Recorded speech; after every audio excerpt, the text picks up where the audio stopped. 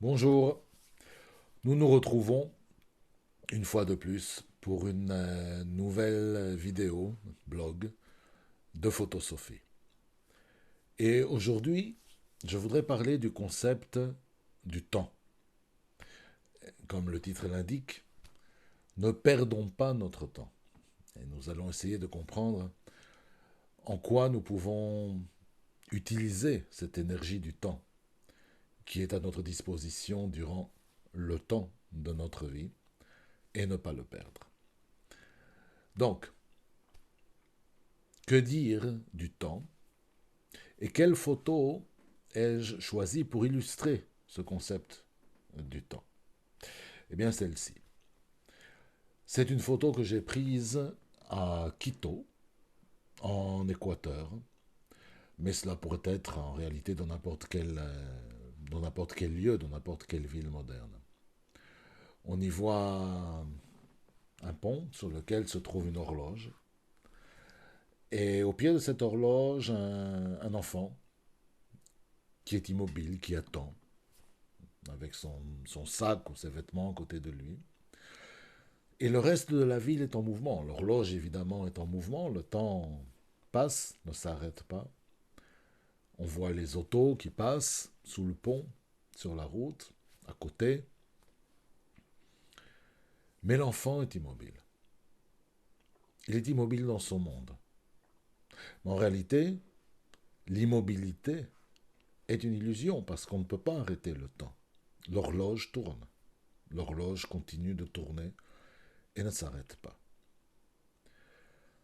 On ne peut pas échapper à ce mouvement du temps qui passe, à cet écoulement du temps. Et puisqu'on ne peut pas y échapper, puisque cela ne dépend pas de nous, en fait, eh bien il faut apprendre à travailler avec. Il faut apprendre à prendre le temps de savoir travailler avec le temps. Lorsque l'on prend le temps, on bâtit des fondations. Et nos actes, nos actions deviennent plus stables, plus solides. Un peu comme dans l'histoire connue des trois petits cochons et du loup. Celui qui avait très très rapidement construit une maison de paille, bon, cette maison s'envole rapidement sous le souffle du loup, alors que celui qui avait construit une maison de pierre, qui avait pris le temps de bâtir des fondations, eh bien, sa maison ne sera pas si facilement détruite. Elle est stable. Et le fait de prendre le temps nous permet de nous ancrer dans le temps, d'avoir des racines. Et si l'on a des racines, eh bien, on se projette vers le futur. Alors que sans racines, il n'y a pas non plus de futur. Il n'y a que le présent. Il faut trouver pour chaque action le juste rythme. Je dirais l'harmonie, la juste respiration entre notre temps et le temps de l'action. Perdre son temps, c'est refuser d'aller de l'avant avec le temps, avec le mouvement, c'est refuser de changer. C'est rester dans une sorte d'illusion, de fantaisie, d'immobilisme. La vie, la vie est évolution, la vie est mouvement, la vie est changement. Donc, que signifie en réalité perdre son temps? Vous savez, le temps, c'est une énergie qui ne se remplace pas. Il n'y a pas de magasin, ni physique, ni sur Internet, qui vendent du temps. Le temps qui est passé. On ne peut pas revenir en arrière. Quand on est jeune, on pense que l'on a tout le temps du monde. Et parfois, on n'utilise pas ce temps que l'on a, cette énergie qui est à notre disposition de manière adéquate. Bon, c'est normal, on est jeune, on fait des erreurs. Mais après, il faut assumer. On ne peut pas revenir en arrière. On ne peut pas revenir au passé. Donc, que faire? Que faire? Quelle serait l'attitude, la juste attitude pour ne pas perdre notre temps, pour l'utiliser avec science? Je crois qu'il faut avoir le courage de bâtir, de construire, de vivre nos rêves. Ne pas penser que le temps qui passe va le faire pour nous. Cela n'arrivera pas. C'est une illusion.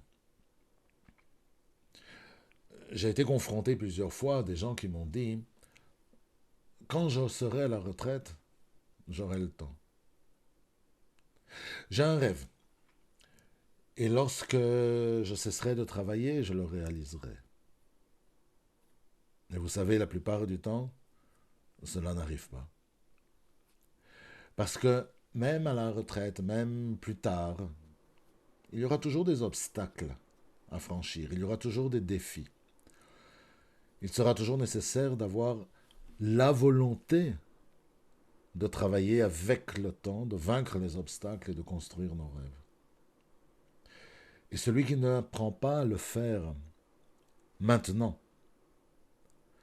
avec l'énergie de la jeunesse ou de la maturité, ce sera encore plus difficile plus tard. Donc le temps du rêve, c'est maintenant.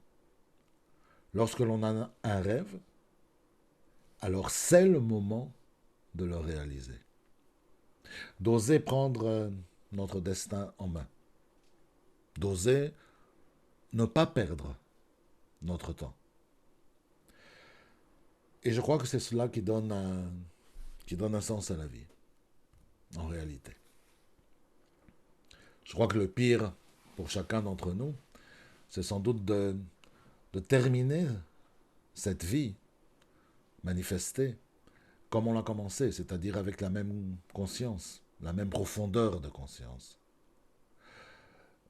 On peut avoir vécu plusieurs expériences, mais si on ne les a pas intégrées, on a perdu notre temps. Si on répète de nouveau, encore et encore, les mêmes expériences, si l'on refait de nouveau les mêmes erreurs, encore une fois, et encore, alors on a perdu notre temps. Donc, ne perdons pas notre temps. Vivons nos rêves. Et vous savez, même si les rêves ne sont pas achevés, même si on n'arrive pas à les achever parfaitement, ce n'est pas grave. Le simple fait de construire nos rêves, même de manière imparfaite, nous permet de vivre et non pas de survivre. Voilà pour ce petit message de blog de Photosophie. Et comme d'habitude, vous avez mon email, vous avez mon website, et vous êtes invité à visiter et à m'envoyer vos commentaires. À bientôt, à la prochaine fois pour un nouveau blog de Photosophie.